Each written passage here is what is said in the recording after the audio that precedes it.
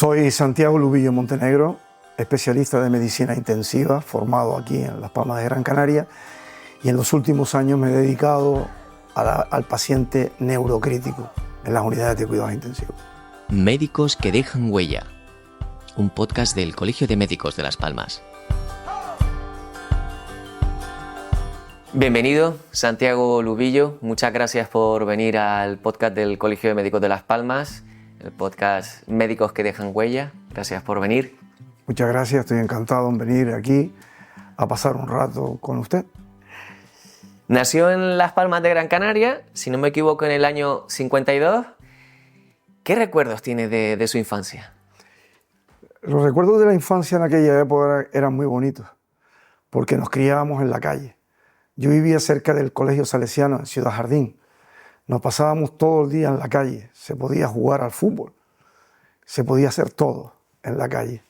Tuve un bachillerato y una formación que terminó en el Claret Compreu, y realmente para mí la infancia fue muy divertida, con esos veranos de 3-4 meses que íbamos a la playa y que todo el día haciendo deporte. Es una infancia envidiable. Y llegó el Preu y ¿sabías que te ibas a dedicar a la medicina? Yo creo que desde que era muy pequeño. Yo hice todo tipo de deportes, pero siempre sabía que primordialmente iba a ser médico sí o sí. Y era el primero de la familia que iba a ser médico.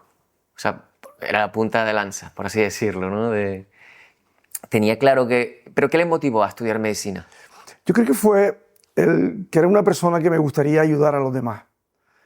¿Y qué forma de ayudar a los demás que haciendo la medicina, intentando curar y aliviar? Y por eso quería ser médico. Y por eso me apunté en La Laguna, en la segunda promoción. Claro, justo iba a decir, en La Laguna muchos compañeros no tuvieron la oportunidad, porque no les cogió justo el año y se iban siempre fuera, ¿no? Fuera de Canarias.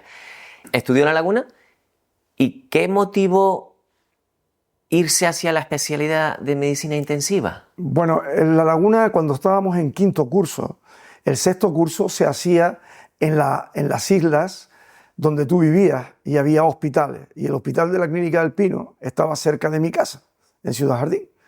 Y entonces yo elegí ese hospital. Y según llegué, como yo sabía que a mí la cirugía no era muy mañoso yo, entonces me dediqué a estar en el hospital y me nombraron al doctor Manzano, que había montado una unidad nueva, una unidad de cuidados intensivos, y que también hacía anestesia y cuidados intensivos. Y durante todo el rotatorio, el tiempo que me escapaba de los otros servicios, si así se puede decir, pues me iba con él. Y lo conocí en el año 1975, a principios de 1975, y la unidad empezó en el 74. José Luis Manzano estuvo aquí en Médicos que dejan huella y compartió muchas vivencias de su experiencia profesional. ¿Cómo es trabajar o cómo fue trabajar con José Luis Manzano? Durísimo. Se entraba al hospital muy temprano y se salía muy tarde.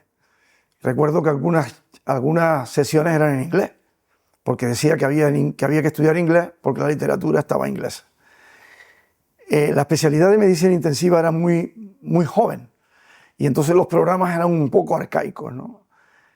Y como eran arcaicos y también se estaba implementando cosas en la unidad de medicina intensiva, y yo tenía muy buenos maestros que me gustaría nombrar. A José Luis Manzano, por supuesto, a su hermano Juanjo, que ya no está, a Pepe Guerra, que tampoco está, a Pepito Bolaño, a Miguel Blázquez, que ahora está malito, y también a Pepe Guerra, que también ha fallecido, y Bernardino Güemes, que fue también un hombre que se retiró en Lanzarote. Esto fue el principio de llegarme y sentirme como en familia. Ya era un miembro más sin acabar la carrera, en el año 75, enero-febrero del 75. Y yo acabé en el 75. Se sentía en familia, pero como residente, como médico que está los primeros días en la UCI, ¿qué se siente? Primero miedo. Se siente miedo porque eso no te lo explican en la facultad. Y si trabajas con niños y trabajas con neonatos, nosotros teníamos una unidad completa, pues es que la pasaba fatal. Son momentos de muchísima tensión, necesitas un entrenamiento para eso. Y realmente me acuerdo que al principio muchas veces pensaba, en vaya lío me he metido. Porque todos me atrapaban, desde el primer día me sentí como en familia. Éramos poca gente, eran solamente 8 camas al principio, y 4 de neonatos y 7 de adultos, o sea que no era una unidad grande. Eran pocas enfermeras, o sea, era una familia que nos reuníamos todos los viernes a comer. Desde que llegué el primer día. Había mucha unión. Mucha unión. Mucha unión. Porque el trabajo en equipo ahí es importante, ¿verdad? Bueno, claro, es que el trabajo de cuidados intensivos no es un acto que empieza con un médico y acaba con otro, como puede ser anestesia o un cirujano, que termina su trabajo y después sigue su trabajo al paciente. Allí la continuidad es la que hace la calidad. Y en ese momento la unidad de cuidados intensivos de Las Palmas era pionera en muchas cosas. Iba a empezar la cirugía cardíaca, iba a empezar la neuromonitorización, ya a un nivel un poquito más alto, porque el doctor Manzano y los demás pues estaban muy implicados en las nuevas tecnologías.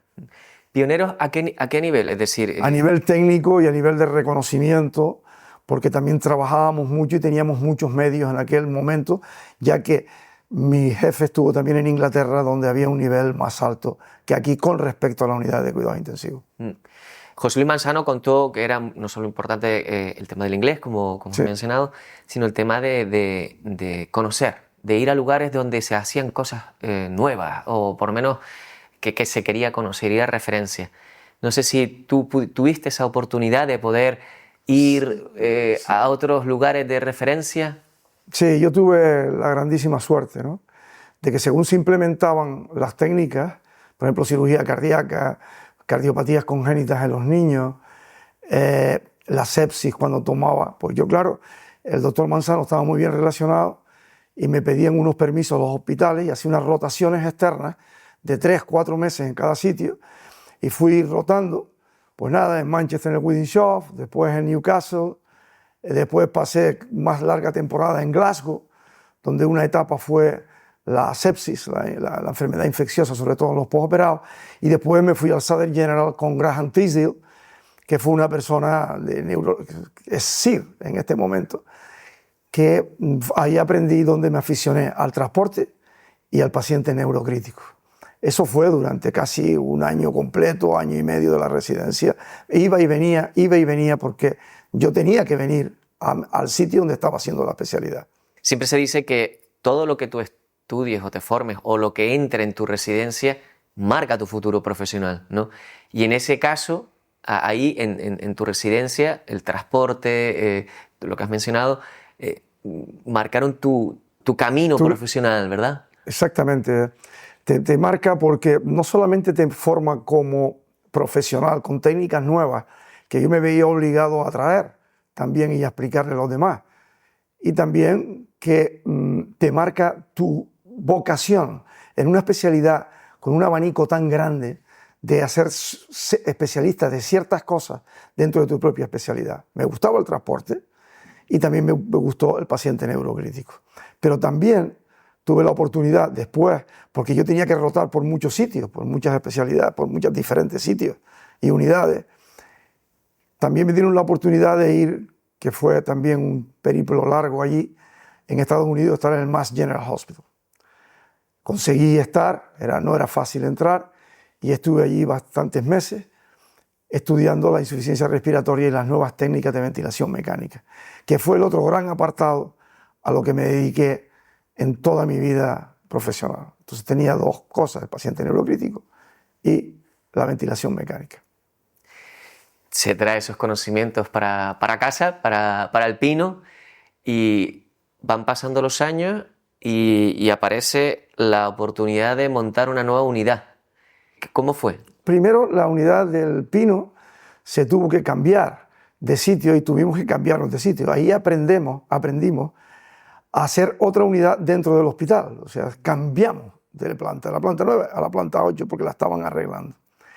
Pero el golpe definitivo fue cuando en el materno infantil, en 1981, cuando tuvimos que quitar los niños que eran la delicia de doctor Manzano, y mandarlos al materno infantil con Rafael González Jorge.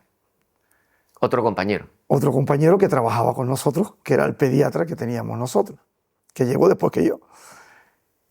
Y fue una experiencia de montar una unidad según las necesidades, porque había carta blanca para hacer una unidad que también a nivel español y europeo fue tradicional y que el doctor Manzano también la dirigió durante mucho tiempo simultáneamente a la del Pino. Tuvimos que estar trabajando en niños y en adultos, pero en sitios separados. Hacíamos guardia en los dos sitios. Los de intensivos, perdona, no teníamos guardia localizada, estábamos en el hospital. Le surgió la oportunidad de montar la unidad, que le fue una gran experiencia. Sí. Claro, tiene que montar un nuevo equipo de profesionales. ¿Cómo es?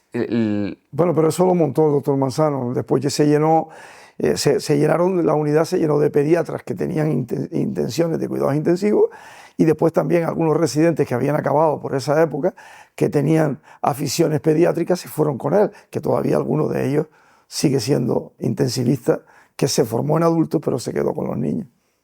Pasa el tiempo y es nombrado presidente de docencia del Pino. Sí, al mismo tiempo también quiero resaltar que hubo una etapa anterior, que fue que montamos la primera unidad informatizada con computadoras en el año 1980, por ahí, 81, 82, no recuerdo, con ordenadores en aquella época, que los discos duros eran del tamaño de un long play y que no cabían nada, y que aquello era, vino Julio Villalobos a montarlo, era ingeniero y médico que hizo la especialidad de cuidados intensivos. Y estoy muy orgulloso de ver aquella etapa, que ahora veo los ordenadores en los hospitales cuando nosotros teníamos uno, y que el del materno estaba funcionando hasta hace 8 o 9 años, el mismo programa. Eso fue una etapa importante. Estamos hablando de la nada, pero desde el punto de vista informático, a la llegada de un ordenador, que en aquella época, estamos hablando de 81, es decir, todavía hasta el año 88 no existen los ordenadores personales en casa. No, Quien tuviera la suerte y el dinero para poder pagárselo. O sea, estamos hablando de muy pioneros, muy pioneros. Muy pioneros, hicimos trabajos ilustrando nuestra experiencia en revistas importantes de informática, me acuerdo. Fue una etapa muy bonita. Volviendo a la etapa de la docencia, sí, que fue presidente de docencia, ahí es donde le permitió conocer a fondo, ¿no?, el mundo de los MIR. ¿Qué logros consiguieron? Bueno, lo primero que te puedo decir, a modo de crítica de la formación MIR en España, date cuenta que antes la especialidad duraba 3 años solamente. Era que no se formaban médicos como en Inglaterra. Cuando yo iba allí, de MIR, lo primero que te hacían era rotar para que fueras médico antes, que conocieras la base donde se formaban los médicos y después se hacían especialistas. En cambio, en España parecía que va dirigido ya hacia la especialidad sin tener una gran experiencia como médico, sin ver al paciente como global, sino dedicado. Yo soy otorrino, me dedico a esto, yo soy cardiólogo al corazón, yo soy... Y eso me llamó la atención, pero claro, cuando fui profesor, o sea, presidente del comité de docencia, pues me di cuenta de la cantidad de especialidades y vi que la gente necesitaba algo. Necesitaba conocer lo que yo había conocido en mis rotaciones externas, conocer otros países, cómo se hace en otros países, para que ellos pasaran esa experiencia. Y fue cuando transmitimos la idea, aprovechando que el doctor Jesús Villar estaba en Toronto, pedimos una beca a la Caja de Ahorro y nos la dieron. Alquilamos un apartamento y mandábamos los residentes que sabían inglés a estar un mes en Toronto. Una semana conocían la mecánica y cómo funcionaba todo el hospital, en urgencias, en los hospitales, en los sitios centrales, y después 3 semanas a ver la especialidad y cómo se formaba. Esa etapa fue preciosa, fueron 3 años de muchísima actividad, y fue cuando nos dimos cuenta de que la importancia que es la docencia dentro de los hospitales. No es un puro trámite, es crear las raíces de los que nos van a cuidar después. Y es la etapa donde nos tenemos que vaciar. Son médicos internos, porque antes vivían en el hospital, residían en el hospital. Ahora ya tienen un horario y éramos vocacionales, salíamos tardísimos, hacíamos muchísimas guardias. Era otra época, ahora somos diferentes. Yo no quiero criticarla, ni que si es mejor o peor. Pero era lo que teníamos. Es un poco está en línea de aquel proyecto que hubo, que después se paralizó, de la troncalidad. Sí. ¿No? De una residencia con un tronco común, depende, bueno, tenía varias áreas, pero un tronco común y después el resto de la especialidad. Sí, pero nuestra especialidad tenía eso, tenía un tronco común. El primer año común que yo tuve que hacer, que no podía ir a ningún lado, era que tenía que pasar por diferentes especialidades para conocer la base de los pacientes que me iba a encontrar yo después en la unidad: cardiológico, infeccioso, medicina interna y también pediatría, porque había niños. Claro, había que pasar primero por de donde te venían. Exacto. Pasan los años y el pino pues se queda pequeño y se crea el Negrín. Y se tienen que mudar en el 99. Claro, pero es que estamos hablando del año 86 y el Negrín fue en el 99. Pasamos unos años estupendos. Ya teníamos cirugía cardíaca, ya preparábamos los donantes, ya teníamos otro hospital, el insular, ya también desarrollándose, que la mayoría de los que estaban en el hospital insular eran formados en la clínica del Pino porque no había docencia en el otro sitio.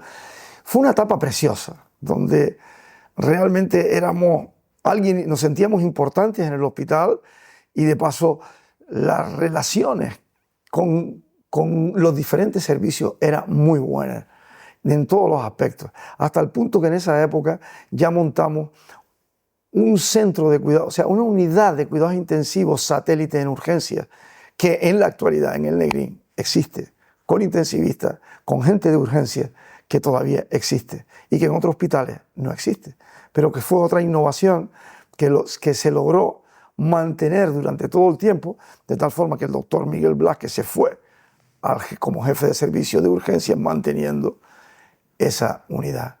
Ya el Pino era un hospital también respetado, y después tuvo un segundo ciclo también, otra vez en el Massachusetts, menos tiempo, y ya era un especialista que ya me dedicaba a partir del año 98, justo en el traspase del Negrín, del Pino al Negrín.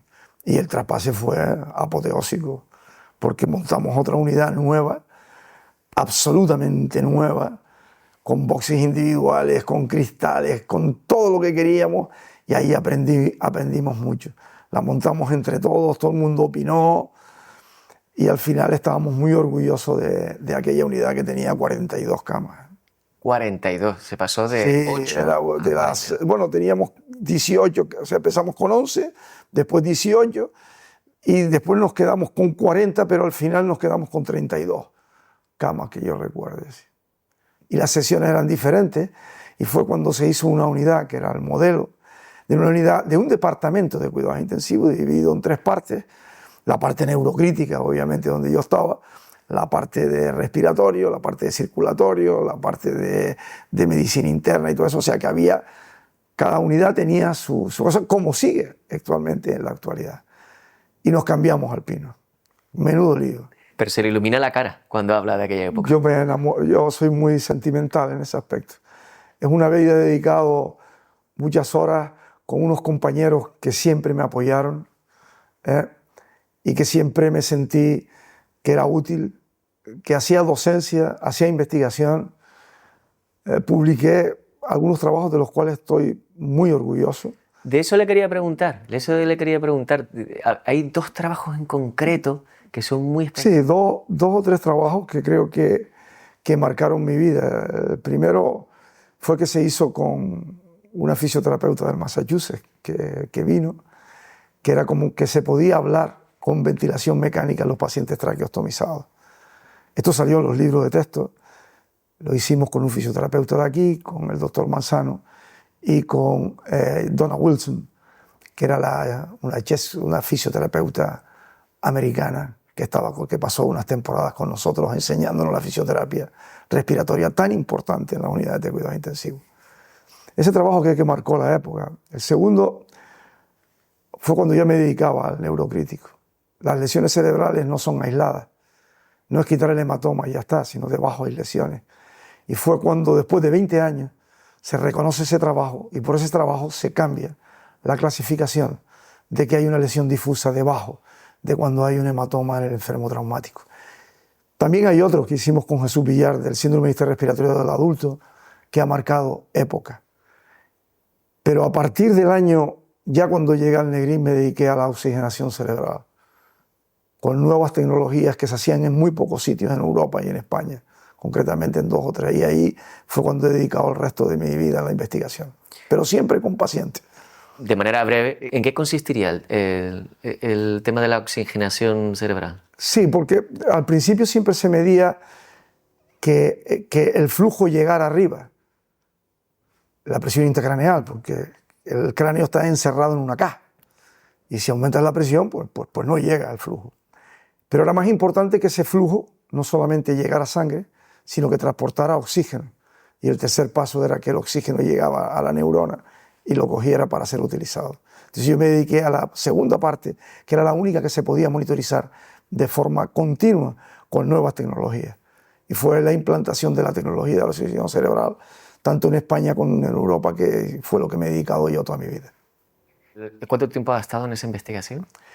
Yo llevo 25 años. 25 años. ¿Y todavía sigue cada día implementando? El último trabajo estamos haciéndolo para la craneectomía descompresiva, cuando se quita el cráneo, para que corra el oxígeno, de decidir si se hace o no se hace dependiendo de la oxigenación previa. Esto estamos preparándolo para este año, 25, después de 7 años jubilado. Eso le iba a preguntar. Usted, o sea, Santiago, está jubilado en parte, ¿no? Porque das clases en Tenerife, en la Universidad Europea, si no me equivoco. Sí, pero solamente en másteres de posgrado de enfermería. Y también en algunas clases en la Universidad de Madrid vía telemática. Y lo que me dedico de lo otro, de la oxigenación, es con una colaboración con el doctor Sauquillo y la doctora Poca en Barcelona, que todo el año tenemos como 4 o 5 cursos donde soy codirector de la parte de oxigenación cerebral. Yo creo que la etapa del Pino para mí me marcó para toda mi vida. Fue el hospital más divertido. Teníamos hasta una murga los médicos, las cirróticas, conocida en el mundo entero. Solamente una fiesta en el Reina Isabel, también la pasábamos bien. Y fue una vida plena en este sentido. Siempre tuve apoyo familiar, los últimos 30 años, apoyo familiar para poder trabajar mucho tiempo, para hacer lo que me gustaba. Que el nombre de las cirróticas tiene un origen que muy pocos saben. Sí, sí. ¿Cuál es, Santiago? Cirros es canto en griego y ótico porque cantamos de oído. Y copiábamos las letras en un papel porque no nos las sabíamos de memoria. No ensayábamos nada más que 2 semanas antes de la fiesta. Era un escándalo, la fiesta. Era un hospital que se divertía todos juntos, nos conocíamos todos. Era muy bonito. Ahora son macro hospitales que... En la vida es así. Claro, igual que las grandes ciudades, ¿no? Claro, también la población se ha multiplicado, las necesidades, también las complicaciones, las enfermedades ahora son muy nuevas, etc. Pero antes de llegar a un momento importante, que es el 2004, que ahora te quería preguntar, ocurrió otro gran hito. Bueno, no ocurrió, produjo usted, o produjiste, Santiago, un gran hito en el año 94. Y que hoy todavía, si nos asomamos a cualquier aeródromo importante en Gran Canaria, lo podemos ver, que es el transporte. Sí, el transporte aéreo sanitario. Cuando yo estaba en Glasgow, había una ambulancia que iba a buscar los traslados a la calle. Iba a un anestesista, que es el que se dedicaba a cuidados intensivos, y yo estaba dentro de ese programa, e iba con ellos a hacer traslados, a recuperar al paciente del accidente y a trasladarlos también de hospital a hospital, porque unos iban a un hospital, otros iban a otro, y a veces había que trasladarlos después, ¿no? Y la verdad que me levantó la chispa. Cuando llegué aquí, el doctor Manu Benz, anestesista de la clínica del Pino, me dijo, oye, ¿tú por qué no te dedicas a hacer traslados? Y empezamos a trasladar con el avión Fokker y con el helicóptero Hércules, que por cierto una vez se nos cayó despegando y me llevé un batacazo en la cabeza, pero no me pasó nada. Y estuvimos como 3 o 4 años hasta que convencimos al Servicio Canario de Salud que había que tener un equipo de traslado, porque realmente había que darle las mismas oportunidades a un accidente que ocurría en Lanzarote que ocurría en Las Palmas. En ese momento se me abrieron las puertas.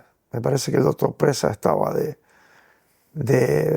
consejero de Sanidad. Director provincial. Director provincial, por ahí. Y a él le pareció una idea buena y se mandó muchísimo dinero y trajimos 2 helicópteros que montamos, yo creo que también con ayuda de mis compañeros de la Clínica del Pino, pero ya me quedé yo como el miembro que montó todo lo que es el aparataje, los permisos para volar con respiradores, con monitores, y que fue el principio. Estuve 4 años, hasta incluso 1 año que estuve casi de excedencia para dedicarme a eso, y que fue una etapa diferente.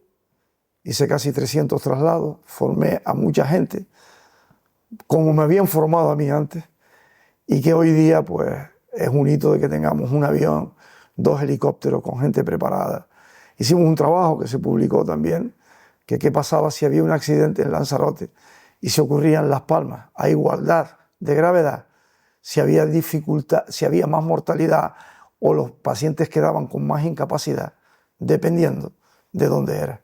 No había diferencia, porque justo en el 94 ya había mejor comunicación y se podían mandar los escáneres, y empezó ya el WhatsApp en el 95, el 96, y fue cuando yo lo hice, el trabajo, en el 2000, 2004, que ya se podían mandar imágenes. Y ya estaba todo preparado para cuando llegara el paciente de Lanzarote. Lo hicimos entre Lanzarote, más de 60 pacientes, como lo hicimos.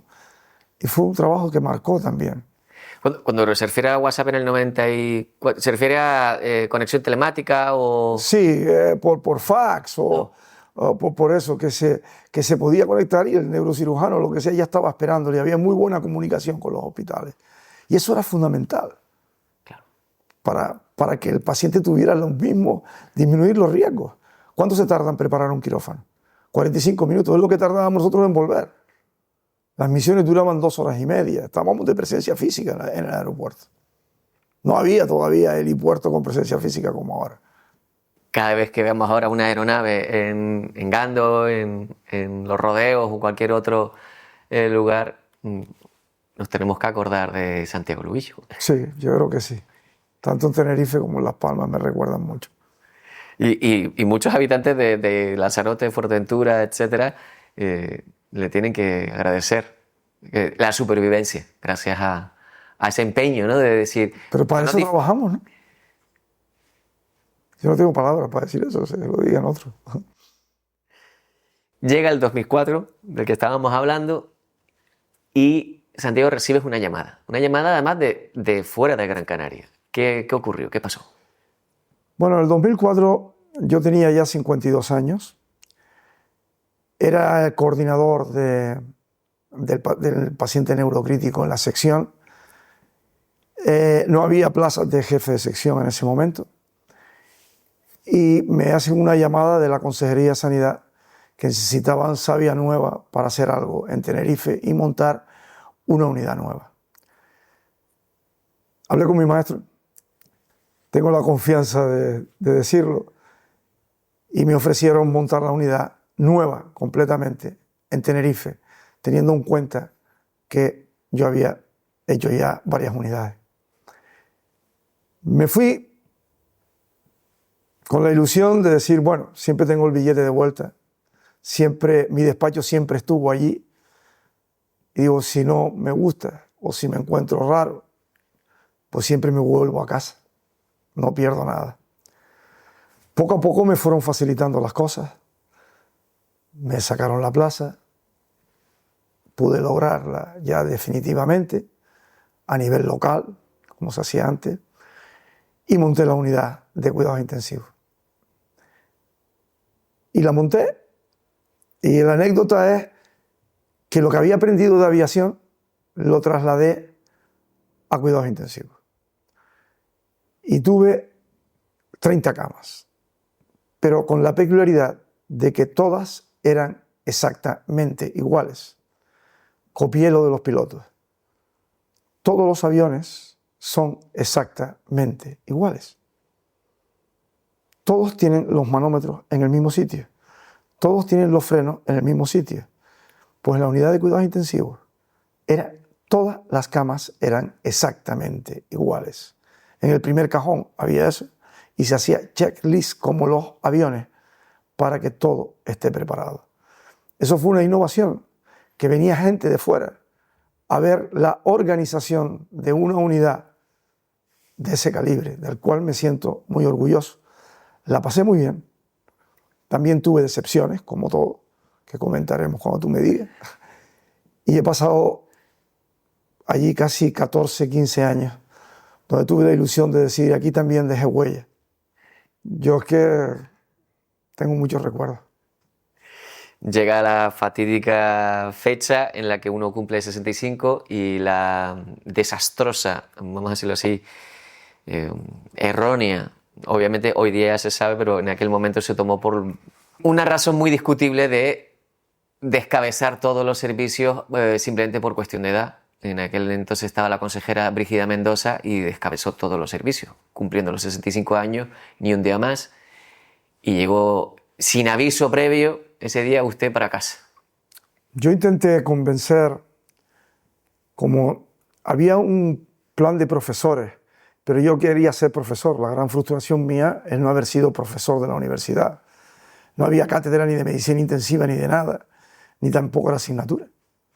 Entonces no me pude prolongar. A los 65 años y 6 meses me dijeron bruscamente, yo intenté hablar y dije, bueno, yo no había forma de quedarme como emérito, de seguir tratando pacientes. Yo me encontraba físicamente muy bien. De hecho, todavía sigo trabajando después de 7 años. Y fue el golpe más grande de mi vida. A mí se me vino el mundo encima. No tenía ganas de nada. Mis compañeros que estaban todos jubilados. Yo era el más pequeño de todos. Se habían ido todos. Tenía nada más que alumnos allí. Y en las unidades donde estaba, y después de 14 años fuera, pues en el Negrín había mucha gente que yo tampoco conocía ni había formado, lógicamente. Pero siempre tenía esa esperanza de que podía volver. Desgraciadamente no fue así y me tuve que buscar el camino en cuanto a la investigación. Investigación con los casos que tenía, que pude lograr recoger y publiqué bastantes trabajos sobre todo sobre el neurocrítico y la cranectomía descompresiva. Y me mantuve activo. También me metí en la Universidad Europea en el año 2012, justo antes de jubilarme, dando clases. Ya me quedé después, ya llevamos ya 12 años en el curso ese. Y poco más te puedo contar, o sea que después, pues, congreso tras congreso, seguir publicando, eso te hace que te llamen y tener mucho tiempo libre para estudiar. Pues yo sé que la gente son muchos escribiendo y yo solo leyendo, pero yo estudio todos los días 3 horas como mínimo. Y entonces voy a muchos congresos y todavía con lo que publico pues me invitan a muchos sitios. Vengo de Perú hace 10 días, de estar en la unidad también haciendo oxigenación cerebral con los nuevos catéteres y demás. O sea que esa etapa fue muy mala para mí, la jubilación. Pero obviamente, como su espíritu se mantiene, a pesar del golpe personal, profesional, se mantiene. Te quería preguntar, Santiago, desde el punto de vista emocional, ¿qué es estar en una UCI? Es decir, para todo aquel compañero médico que no ha podido rotar o no sabe cómo es estar en una UCI, simplemente porque lo ha leído en los libros, ¿cómo es estar en una UCI? Para mí, las unidades de cuidados intensivos tienen la gran diferencia entre otros los servicios, que si tú sin una enfermera no eres nadie. La relación médico-enfermera es absolutamente todo, la base de toda la unidad es la unión entre el médico y la enfermera. Las enfermeras de cuidados intensivos son enfermeras facultativas, porque muchas órdenes son condicionales, que ellas tienen que cambiar la dosis, tienen que regular lo que es el aspecto neurológico para que el paciente, la analgesia, la sedación, el nivel de tensión arterial, todo eso lo coloca la enfermera y ella te puede ayudar también en el diagnóstico y en el manejo. Yo no entiendo cómo en este país no hay la especialidad de medicina crítica, de enfermería, de medicina crítica y de urgencia. No lo puedo entender. Porque en otros países los hay, como hay enfermeras de anestesia y de pediatría y de muchos. Le digo que lo más importante en una unidad es la unión médico-enfermera. Y después está la continuidad de los cuidados. Es un enfermo que no puede tener un médico solo 24 horas al día, todos los días de la semana. Entonces eso hace que el equipo sea muy compacto, que todos bailen al mismo ritmo, que hay discrepancias, sí, que tiene que haber diálogo, sí, que cada uno tiene sus preferencias, también, pero que todos caminen y tengan un tronco. Y eso a mí mis maestros me lo educaron muy bien y fue lo que yo intenté transmitir durante casi 40 años de formar residentes. Voy a quitar los 3 míos que me formaron a mí. Y en un lugar, porque claro, estamos hablando con pacientes críticos, en un lugar en el que está el borde de la vida y la muerte, ¿cómo hay que tomar decisiones críticas en momentos difíciles? Tomar decisiones también difíciles desde el punto de vista ético, ¿no? ¿Cómo se mete la ética en lugares tan Hay críticos? 2 partes en la pregunta que me acabas de hacer. La parte del miedo, la parte del estrés que te produce un enfermo grave al que vas a intubar, gordo, con la mandíbula pequeña, que va mal, que tienes que jugártela, siempre tienes que tener el plan B. Eso me lo decían. O sea, siempre tienes que tener un plan B. Si vas para un plan A, tener siempre la salida a un plan B. Y eso te da mayor seguridad. También es verdad que la jerarquización donde estábamos, donde yo me formé toda mi vida había un respeto a los de mayor experiencia. Y siempre nos daban ayuda, tanto el doctor Güemes como el doctor Bolaño. Y eso te quitaba carga de estrés. Y también te enseñaba, cuando tú te tocaba enseñar a los demás, quitarte esa carga de estrés. Es como un corredor de Fórmula 1. Si corres un día a 300 por hora, vas mal. Pero si todos los días vas a 300 por hora, sabes conducir un coche a 300 por hora. Esto es lo mismo, pero es el grupo el que lo hace. Y después también que el hospital apoyaba mucho a la unidad de cuidados intensivos. También necesitabas que la gente de fuera te diagnosticara y te ayudara. Dependíamos de la analítica, de la imagen, de los diagnósticos difíciles. Todo esto es parte del hospital, es un servicio central. Yo creo que esa es la unidad de cuidados intensivos. Se fomentaba mucho la amistad, compartíamos muchos ratos malos. Has hablado de los veteranos, pero ¿y el liderazgo? ¿Cómo se lidera una unidad, un equipo así? Yo creo que el liderazgo es difícil de hacer en una unidad de cuidados intensivos porque hay momentos que el líder es el que está solo de guardia y que tiene que tomar decisiones. Pero más que liderazgo, decía yo, respeto a la experiencia. Nadie es el líder porque tú tienes que tratarlo como líder en muchísimas ocasiones. No siempre el líder tiene razón, porque puede ser que las circunstancias cambien. Es un liderazgo compartido. Siempre respeté las opiniones de los demás, porque ellos estaban al lado del enfermo, incluso cuando era jefe de servicio. No creo que sea una cosa del líder, yo mando, yo lo hago. Eso puede ser en otras especialidades, pero en el intensivo, por lo menos no me he sentido nunca así. Y entonces, ¿cuál sería, según tu experiencia, el profesional ideal en médico de medicina intensiva? Yo creo que tiene que ser un médico abierto al aprendizaje de todas las disciplinas, que hay unos manejos básicos que hay que manejar muy bien y tecnológicos, que son los que soportan la vida, pero al mismo también tener unos conocimientos generales y buscar apoyo en las diferentes especialidades cuando tú no llegues. Y preguntarte siempre y cuestionarte por qué está ocurriendo eso. No quedarte con a mí me va bien y comparar tus datos con los restos de la literatura. Ser crítico contigo mismo, así mejorarás siempre. En lugares tan críticos donde hay momentos complicados, ¿cómo se manejan las emociones, Santiago? Con entrenamiento. Tienes que guardar la calma, porque tú eres la única persona que puede ayudar. Cuando vas en un avión y se marea a alguien, cuando vas a un restaurante y se le obstruye la vía aérea a alguien, no tienes medios. tienes que dar calma y tranquilidad. Tú tienes que, al personal, cuando hay una cosa crítica, y yo soy un fósforo, pero en ese momento me enseñaron a ser muy calmado, muy tranquilo, tener las cosas claras. Y en ese momento tomar el liderazgo de las cosas que hay que hacer, por las prioridades que hay que tener. Seguro que tiene alguna anécdota que se pueda compartir de alguna interacción en UCI o con algún paciente que desee compartir, memorable de todos estos años, seguramente que... Bueno, los pacientes de cuidados intensivos hablan poco con los médicos.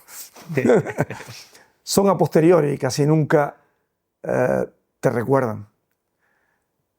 Pero sí es verdad que cuando otra de las cosas que trajimos del Massachusetts fue que nosotros íbamos a ver los pacientes a la planta una vez que iban dados de alta.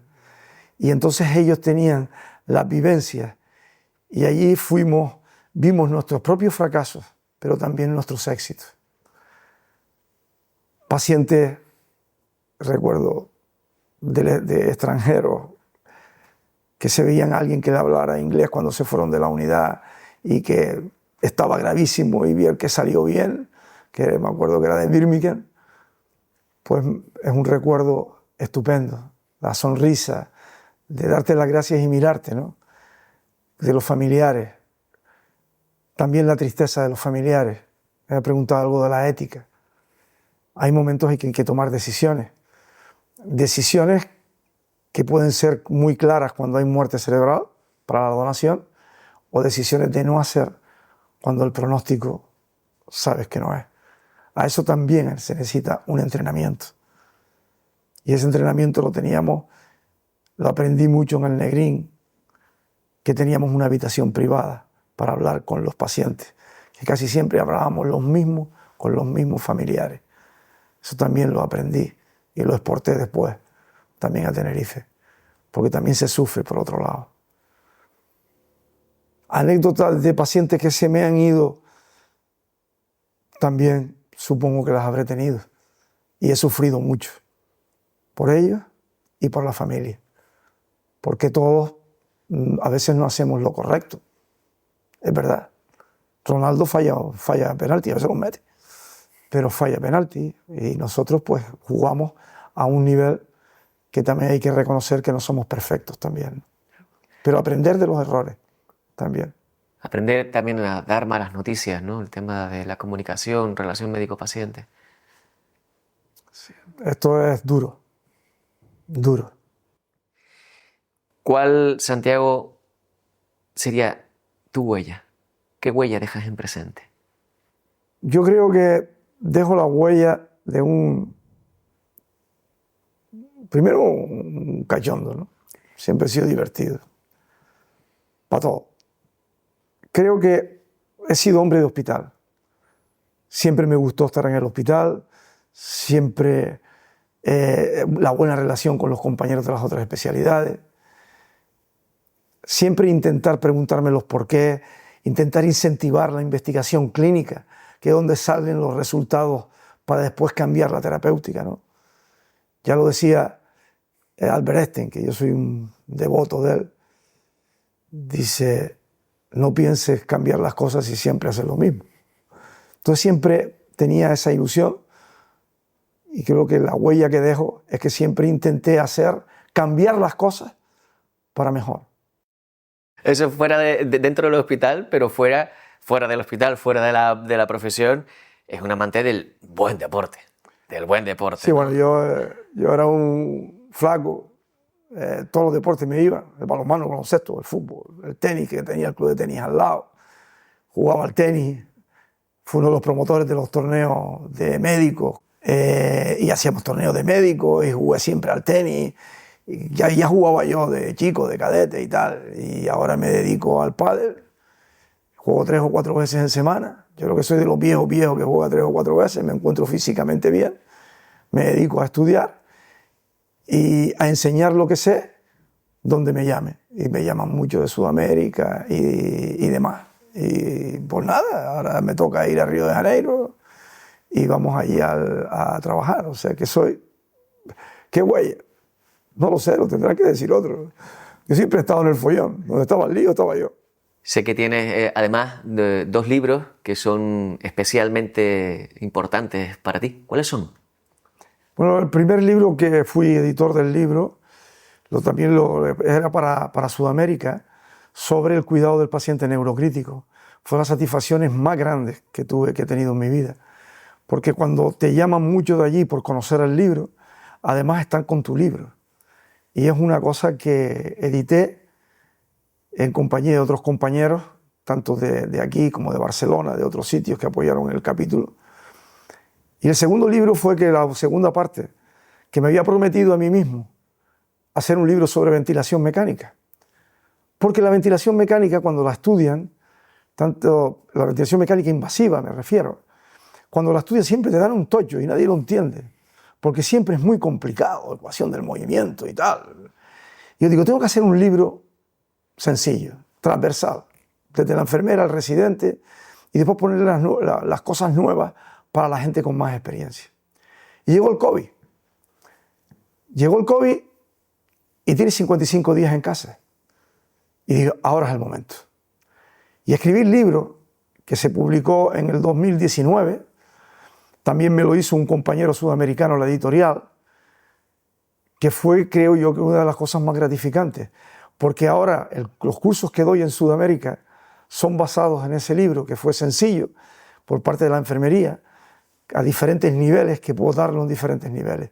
Eso fue de una gran satisfacción, porque fueron las dos cosas que yo me dediqué durante toda mi vida, al paciente neurocrítico por otro lado, y mi etapa de ventilación mecánica por otra, tanto en América como los trabajos con Jesús Villar, aquí en Canarias y en Toronto. Y esos fueron dos gratificaciones muy grandes de haber hecho dos libros. He participado en otros capítulos de bastantes libros más, pero esos son los que edité yo junto con otros compañeros. Para concluir, ¿cuál, desde su punto de vista, echando la mirada atrás, cuál ha sido el momento más gratificante cuál ha sido el momento más gratificante de su carrera profesional? Fueron muchos, ¿no?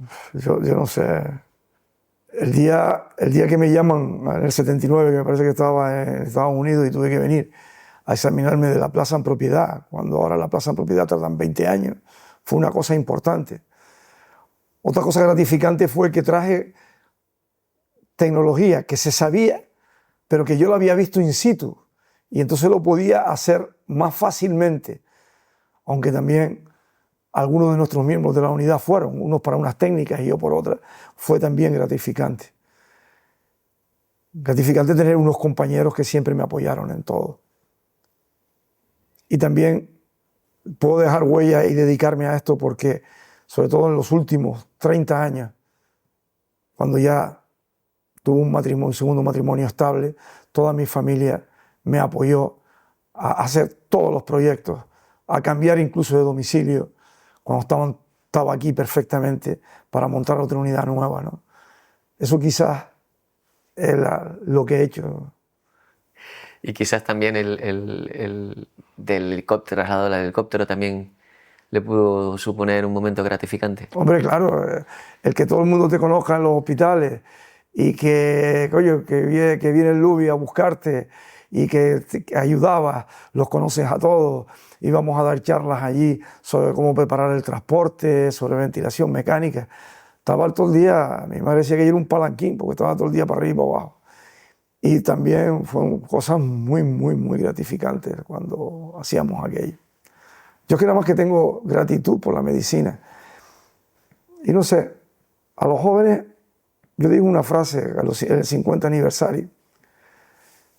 Yo les dije que, a mi hija se lo dije también, me gustaría que fueras la médico, que quisieras encontrarte cuando tu padre estuviera en urgencias o ingresado.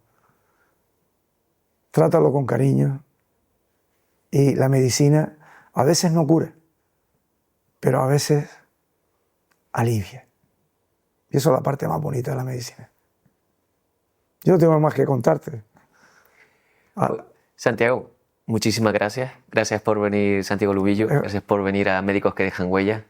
Muchísimas gracias y, como siempre, el colegio es tu casa. Para mí, el colegio ha sido todo. Yo me mantuve en el colegio siempre, incluso estando en Tenerife. Me identifiqué siempre con el colegio, con Marcos, con Pedro, con todos los que estaban aquí, que siempre me han dado todas las facilidades para llegar a donde he llegado. Y ahora feliz en esta etapa y estudiando. Muchas gracias por haberme invitado. Es un honor para mí.